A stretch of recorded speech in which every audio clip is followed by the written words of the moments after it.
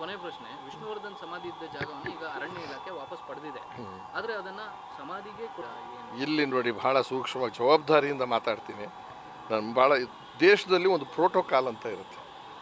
President of India, prime minister, wise president ಇಂಥವರು ದಿವಂಗತರಾದಾಗ ಅಂಥ ಜವಾಬ್ದಾರಿಯುತವಾದ ಜಾಗದಾಗಿದೆ ಅವ್ರಿಗೊಂದು ಸ್ಥಾನಮಾನ ಗೌರವ ಸಿಕ್ಕೋದಕ್ಕೆ ಸ್ಮಶಾನ ಅಂತ ಹೇಳೋ ಬದಲು ಅದನ್ನೊಂದು ಜ್ಞಾಪಕಾರ್ಥಕವಾದ ಮಾಡಿದ್ದು.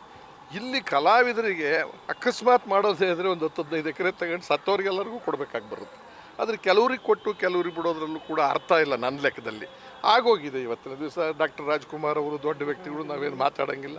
ಅನಿವಾರ್ಯವಾಗಿ ಪುನೀತ್ದಾಯಿತು, ಇದಾಯಿತು. ವಿಷ್ಣುವರ್ಧನ್ಗೂ ಕೂಡ ಅವ್ರ ಮನೆಯವರೇ 5 ಎಕರೆ ಜಮೀನು ಏನೋ ತೊಗೊಂಡಿರುವಾಗ ಇದರಲ್ಲಿ ಎಲ್ಲಿ ಮೈಸೂರಿನಲ್ಲಿ ಮತ್ತೊಂದು ಇಲ್ಲೊಂದು ಸರ್ಕಾರದ ಜಾಗ, ಅಲ್ಲೊಂದು ಸರ್ಕಾರದ ಜಾಗ, ಇನ್ನೆಲ್ಲೋ ಒಂದು ಸರ್ಕಾರದ ಜಾಗ ಈ ಗೋಜಲು ಮಾಡಬೇಕಾದಿಲ್ಲ. ಇದು ಕೋರ್ಟ್ನಲ್ಲಿ ಅರಣ್ಯದ್ದಾದ್ರೆ ಅರಣ್ಯ ತೊಗೊಂಡ್ಬಿಡ್ಲಿ. ಈಗ ಆಗೋಗಿರೋದಾಗ್ರೆ ಮನೆಯವ್ರನ್ನ ಕೇಳ್ಬಿಟ್ಟು ಇಲ್ಲಿ ಬೇಕಾ ಅಲ್ಲಿ ಬೇಕಾ, ಆದರೆ ಅಲ್ಲೇದು ಬಿಟ್ಬಿಟ್ಟು ಇಲ್ಲಿ ತೊಗೊಂಡು, ಇಲ್ಲೇದು ಬಿಟ್ಬಿಟ್ಟು ಅಲ್ಲಿ ತೊಗೊಳ್ಳಿ.